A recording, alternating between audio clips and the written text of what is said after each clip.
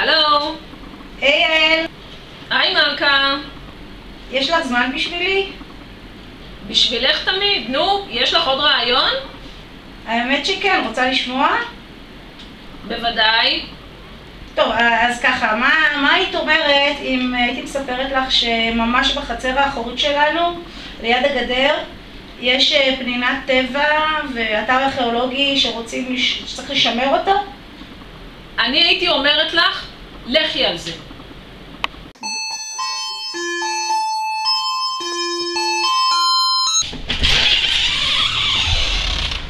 שלום! אנחנו המנהיגות הצעירה של היוזמה החינוכית. בואו נדאג למסע!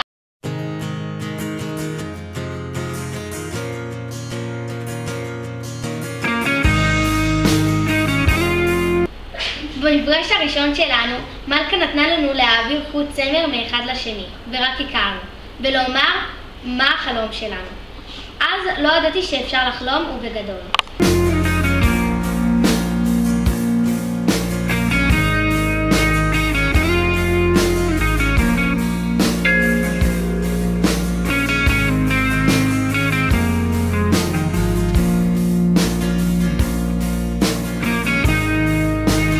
אני ידעת שכמה שאתה שואף יותר גבוה, כך תגיע יותר גבוה. אני ידעתי שיצא מהקבוצה הזאת משהו, אבל לא ידעתי איך מגשים את החלום.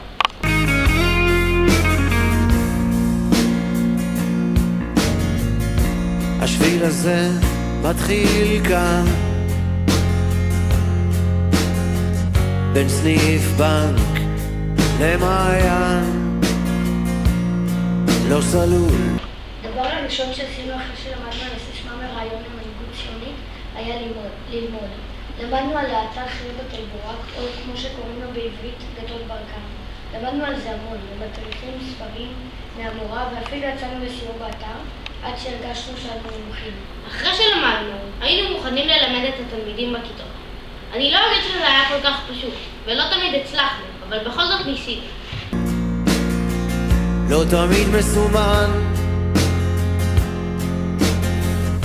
השביל הזה מתחיל כאן חוצה את העיר. אפילו קיימנו תצפיות על השיעורים שלנו כדי ללמוד לעשות את זה טוב. רצינו לתת עם התלמידים לטייל בגדות, גילינו שהאתר לא נמצא במפת הטיולים של משרד החינוך. בזכותנו האתר כעת מוכר וידוע גם במשרד החינוך.